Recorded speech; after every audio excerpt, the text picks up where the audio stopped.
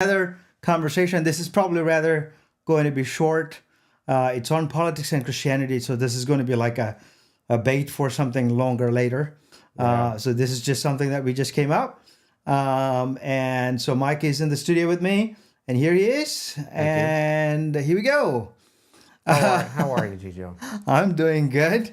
Yeah, It seems like I've just charged my battery real quick as we press the button. I know. How it goes. Life has definitely been busy. Yeah. How are you doing?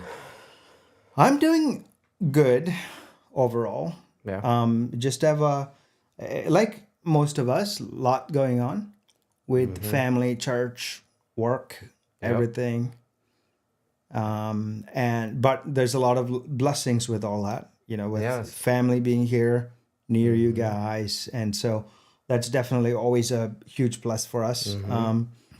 So our children playing and going back and forth like the old days, as you said. It's kind of like how it was for me growing up. Yep. We just told mom and dad where we were going, and That was it. we just went.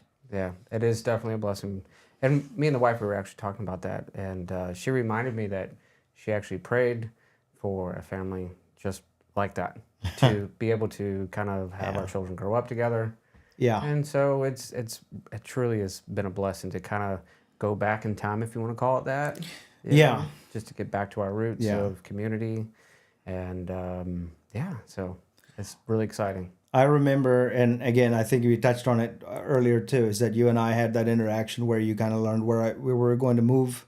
Yeah. And then Rachel told me about, how she was praying for homeschooling family to be near. Homeschooling and Christian. Homeschooling Christian family. That's right. With the same age children. Right. And it's all happened. It did. It's all here. Did. So one of the things that I've been thinking about, obviously, is, politics, the election. We had the, the South Carolina primary? Yes. Yes. And of course, Nikki Haley fell flat on her face. Yeah. As expected, because Donald Trump. Yeah. So politics are definitely getting a little bit interesting right now. Right. And so what's your thoughts on it all? Or have you even been thinking about it? Well, I kind of posted probably kind of funny thing I posted on Facebook. There's a lot of very successful people from India or Indian origin who live in America. Yeah. We also have very embarrassing figures from ancestrally speaking. Okay.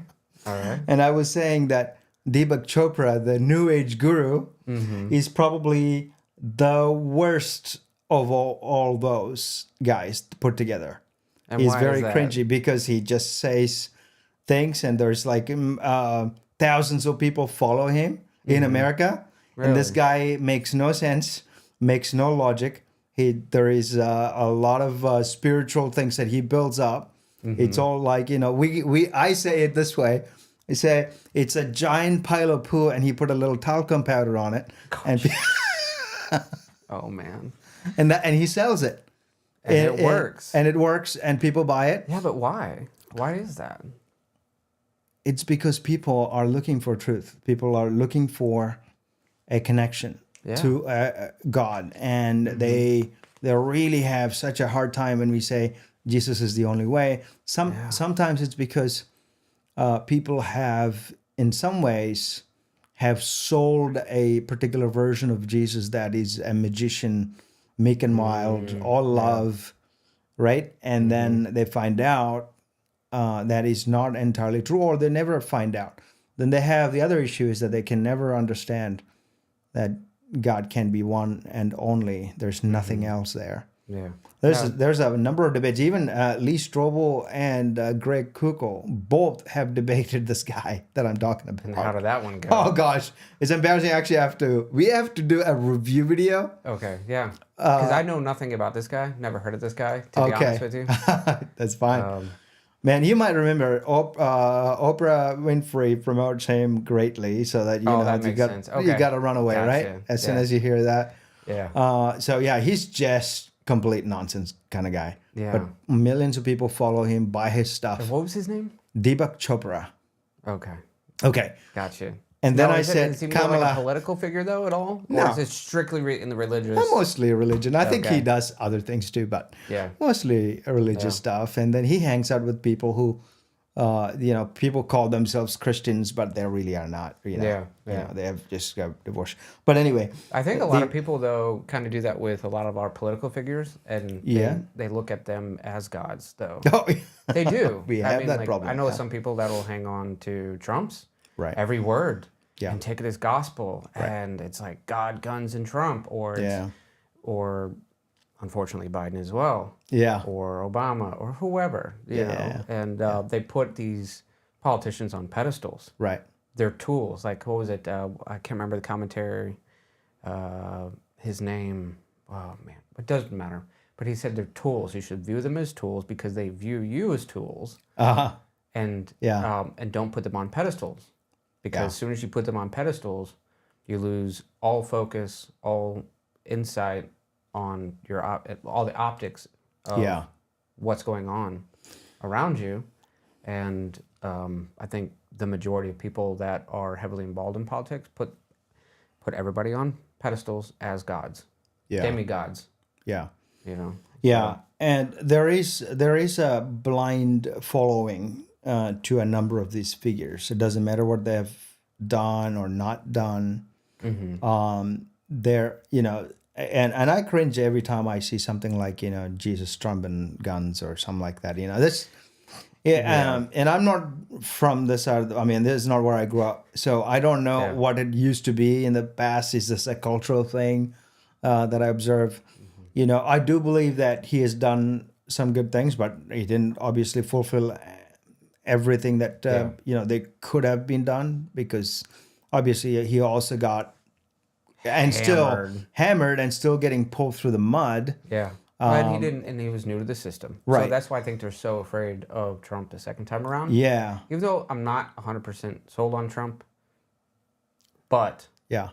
given the fact that he had his 4 years, Right. he knows the system now, he's going to go in and be like a wrecking ball.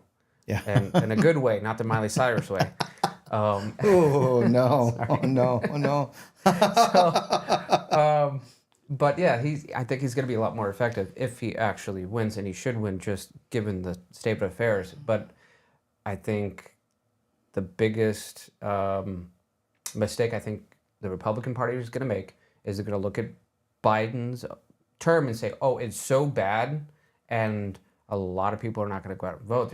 They're just going to assume that there's going to be this massive turnout, Right. and that's where the Republican Party always fails. Is voter turnout. The Democrat Party, they understand voter turnout, whether it be legal or illegal. That's up for debate. But they are really good about motivating people because they're the party of emotions. We're the party of logic. Uh-huh. Yeah. All right. And logic does not motivate as well as emotions. Yeah. Yeah. So, No, that's a good point, because I definitely want to know more about how you grew up and how you observe things in America, how you think about those things. I have, and many of them are common friends in America who are for Trump, and I did vote for him the last time. I'm not ashamed to say that. Yeah. I will happily vote for him again if he's a nominee, but definitely not on the pedestal that people generally put him up. Yeah. I do think that he was one of the most successful presidents, even though people think that's crazy to think. Even I mean, the Abraham Accords was mind blowing. Yeah. I mean, like that should have been world news. He should have won the a Peace Prize right. for that. But anyways, Right. I'm sorry. No, and so I'm observing as an outsider. I don't have all the political backgrounds and history, even though with the limited time that I have to study and hang out with really. But what do you want to know exactly? Oh, I want to know your thoughts about, like, say, let's go this direction. Nikki Haley. Yep. How many are out there who actually know that her parents immigrated from India, and she is pretty much Pretty much, Indian ancestral, if you're a right? diehard Nicki fan, then yeah, you'll probably know. Right. I think at one point, if you had asked somebody, Yeah. "Do you know that about this?" They probably could have said yes, but it's become such a moot point, Yeah. and she hasn't made that a focal point. Yeah, but So yeah, exactly. So I was going to come to that. yeah, We saw Vivek Ramaswamy run, and really, it talks a little bit about his background and stuff, but it's really mostly about America. yeah, Nikki Haley the same way. One of the things that I was going to say was that I really appreciated that side of them not, playing the race card yeah, so much, yeah, which I have appreciated very much. But at the same time, that was my point. Is that those things shouldn't actually really matter. It's just that I don't know how much people really know, because every time I asked people, I've gotten like 99% of the time they had no clue. yeah. So my question now is really, if have you listened to much of what Vivek Ramaswamy said Yes. and Nikki Haley said? How do you contrast the two? Okay. And your stance on Nikki Haley, and what have you gathered so far is really Well, my question. as far as Nikki Haley goes, I kind of, I don't want to say I'd ignored her this time around. Okay. I have paid attention to, politics. What was it? What was the gentleman's name? He said politics Vivek? is. No, no. There was a, a talk show host. I can remember. He said politics is sound bites and snapshots.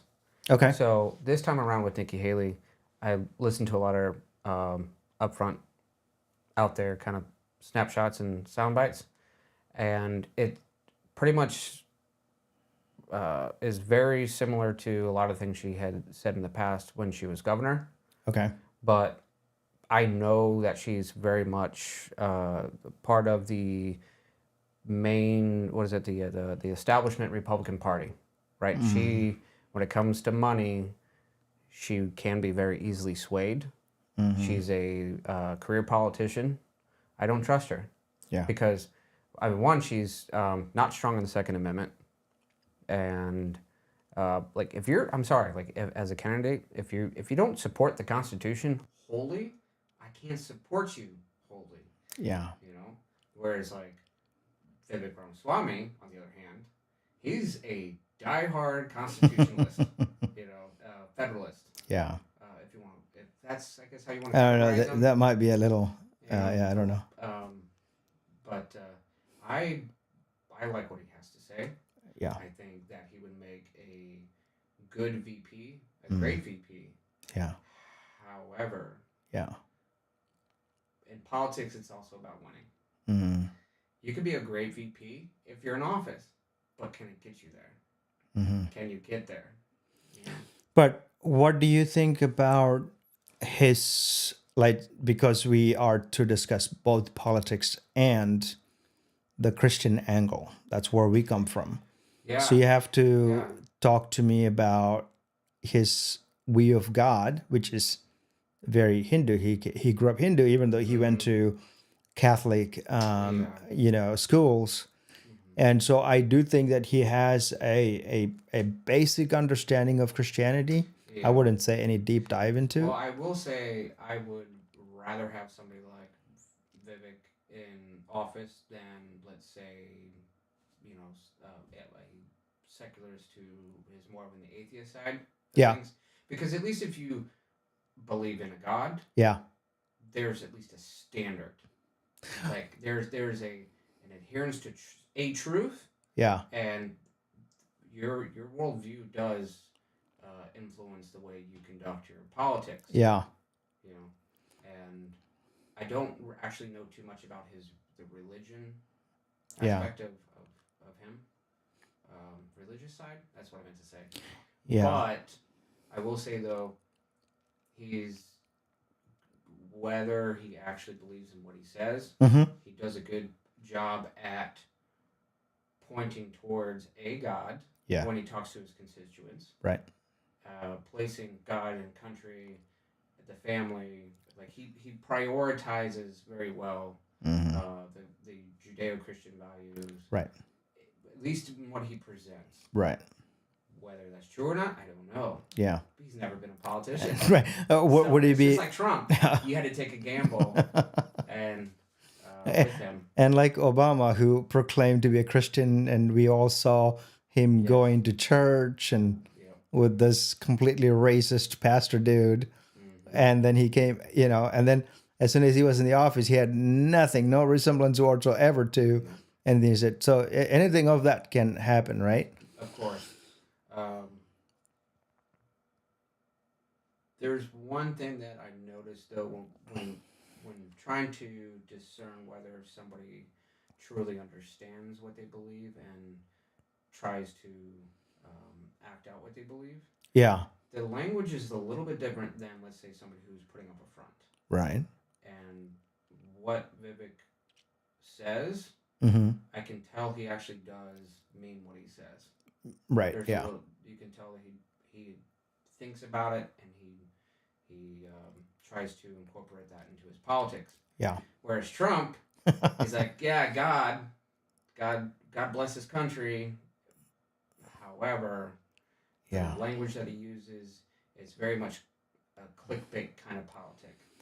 So yesterday I saw a clip from Benny Johnson, and it was kind of an interview, or kind of like you and me sitting around talking, and Vivek and him became friends. And I don't know if you watch Benny at all. And I don't watch him religiously. Once in a while I saw a clip or so. This one was discussing the same thing, where Vivek was saying Trump is actually a very open-minded person in terms of other people's ideas to come in and influence. They may not be strictly guided by a Christian nature of a God or anything like that, because he just shoots from the hip a lot, right? Oh, yeah. Yeah, very much. Right. But we still think, and obviously 2020 election, however controversial that is, if you were to say what that really was, or if everything that we're recording right now is going to go offline because of what we may say about that, there is a greater sense within people who are God-fearing, who knows truth from, or they have a great amount of discerning spirit in them, all know something was not kosher at the 2020. I mean, so do you think that I'm not trying to not get us kicked off. Yeah. Because I have a lot of opinions on that. I'm just going to say this. When you have more votes than Barack Obama and you stayed in the basement during a campaign, I'm sorry, there's something fishy about that. And that's a fact. And there were 6 people in 6 circles. And that's how many people were showing up for Biden when he gave speeches, right? Yeah. You had to have 6 feet separation, or in Biden's case, for 24 feet, I think, because he's supposed to be president or whatever. So there were, I saw one live. There were 6 people in those circles, designated circles. So that was like a comic. I mean, it's just absolute comedy. But the question, what do you think, though, as a Christian? How does that actually affect our vote? How we vote? Yeah. Or how much do we get involved? And what are the lines that it should be drawn? So one of the things I would say is that people really get hung up on this thing about our president has to be 100% Christian in everything that the Bible teaches and speaks. He needs to know theologically that accuracy, and he needs to conduct himself as such. Right? Okay, that's one of the expectations that I've seen. And if you don't, then we're not going to vote for you. Or the other thing is we're going to go vote for someone like Nikki Haley because that's what the establishment is behind. And the other alternative is to sit at home, don't show up, so that you then can claim that I did not partake in an evil election. And there are some friends that I have who do not like Constitution, not because it's not a good document or a good idea. It's just because it's not executable to the degree, because the Constitution was aimed, framed, and targeted for a Christian believing or Yes, Christ yes. centered It was very people. much believed and by our founding fathers that it even says Yeah, like for a what was it a moral and upright yeah, people, right. right? And um, even a lot of the founding fathers in their personal writings, Yeah, they strictly believed wholeheartedly that it was a Christian nation. right. Now, it wasn't exclusively a Christian nation. There were Yeah, obviously all faiths, all walks of life were more than welcome to yeah. come to this country. But And religious freedom, yes, as they say, was not religious freedom in terms of global, worldwide religious freedom. The religious freedom really meant for denominational freedom between Christian denominations. No, I don't know if Jehovah's Witnesses or Mormons were included in that. Is I don't know, but that's really what they meant because religion that anyway, we don't want to dive there. I know we are limited on time today. It's not as open, and like because we have obligations, and so we'll wrap up here quickly. mm-hmm. So the takeaways as just a first test run Yeah, of Christianity and politics, and I can assure you, there's a lot of our friends who have all sorts of different kinds of opinions mm-hmm. about this. And I can also tell you that they may not exactly match like ours. Mm-hmm. And we may get a comments or they may sit out and not respond at all. Either way, the idea is that can we look at this nation from a Christian viewpoint? I say yes. Can we judge a president or in such a way? That's where I'm like, okay, judgment for unbelievers is different than judgment within the body of Christ. See, like you and me. And so I have those. And then looking back to history, did we ever have 100% devoted Christian? And if we did, how many presidents were as such?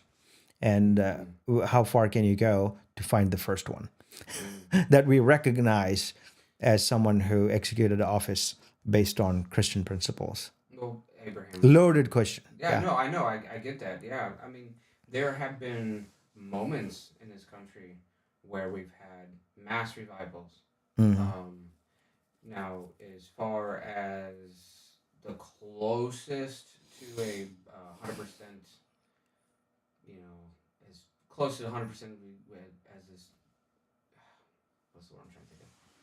The closest we've become a whole Christian nation Yeah. was really within the first few decades of the founding. Once you turn into the 1800s, the turn of the 1800s, you saw an increase in population, but as far as presidents go, Abraham Lincoln, believe it or not, was not a devout Christian at first. Yeah. It wasn't until after the death of his son. And there's only two presidents that actually made a covenant with God. And that was George Washington and Abraham Lincoln. Okay. And both oversaw, or I should say, were the catalyst for a mass migration back to God. So that's good. And then I would say the most recent turning to God moment for the country as a whole was kind of around like the 1900s, 1910. You had this kind of like a revival within the country to counteract the socialist ideas that were coming over from Europe. You saw like Darwinism became very popular, evolution, that whole invasion really began at the turn of the century. Yeah. And so there was a large group of Christians that got together and they said, we're going to push back. Okay. And so we saw a lot of revivals during that period. And what's interesting though is we also saw some of the greatest presidents during those times, like Roosevelt, for example. Mm-hmm. Teddy Roosevelt, I should say. Yeah. The good Roosevelt. Yeah. not the socialist Roosevelt. All right. Yeah. And of course, then you had a mass falling out of, you know, Christians really kind of like going back to the flesh, if you want to call it that. Mm-hmm. 60s, 70s, right? It was a turbulent time. Yeah. And you had a mass falling out, and people kind of went their way. And then you saw, obviously, what was it, Reagan come back. He was very much a big promoter of Christianity within the culture. Mm-hmm. Talked about it live to the nation, you know, and he kind of became that father figure, the wise father, if you want to call it that. Yeah. And we saw another little tiny revivals, you know. So politics has a major influence on the direction of our country spiritually. Mm. I mean, look at Constantine. I Yeah. mean, perfect example. Yeah. Right? Like you're the ruler of the world, essentially. And then you turn your heart to Christ. And then you had a mass explosion of Christianity throughout the whole world. In the same way, you know, our presidents do act as not just a representative, but as the leader morally, the morals, the ethics, the values within our country. Yeah. And it's a shame, as you can see, we have a senile individual currently in the office, and it's almost like our country has lost its brain. Yeah. In every facet. So, yeah, I think having somebody coming into power that could speak truth back to the American public and get us back on course. And now, obviously, we don't need a president for that. Yeah. But it does have a lot of influence. Mm-hmm. And I think if we're going to get back to God, it's going to take the church. And I'm not talking about the building. It's the hands and feet of Christ. Getting out there. Regardless of your denomination, you know, put that aside. Put your theology aside. Get back out there. Be the hands and feet of Christ. And share the good news. That's the only thing that's really going to turn this country around. But having a strong politician who stands for truth, it does help. It really does help, and it does make a difference. So, good word. On that. That's good. It's very good. So let's wrap up with that. Yes. So thanks for joining us. I know this is kind of short, and again, unprepared. Hopefully, as we learn how to host these and have a conversation, this is our 5th episode now, and we'll get better, and we'll prepare better, and we'll have better questions for each other. Yes. And for our guests. So I like this. This kind of off the cuff. Sure. I do like it. I do. Sure. I understand that we need to have a little bit more format. Yeah. I do. Maybe. But maybe we're just to let you guys know, like, you know, we're moving things around. Oh yeah. We're getting things, you know, we're just kind of getting a feel for how we're gonna do this. So bear with us. We promise it will get better. There'll be a lot more flow, a lot better content, a lot better information. But occasionally, I think we'll still have these off-the-cuff kind of conversations where it's just let's just talk. Yeah. You know, maybe we'll have this thing down within a month or so. And have a nice flow to it. So I do want to say that next Sunday we have Caleb Gordon coming and joining us. So many of you guys know who Caleb is in the community in our little town. So he'll be here and we'll chat. And so looking forward to that. I may actually put a schedule out there so that people can tune in and watch. So with that, we're going to sign off. And now you will watch me run off to actually turn that off. So okay. Thanks, guys. Thank you.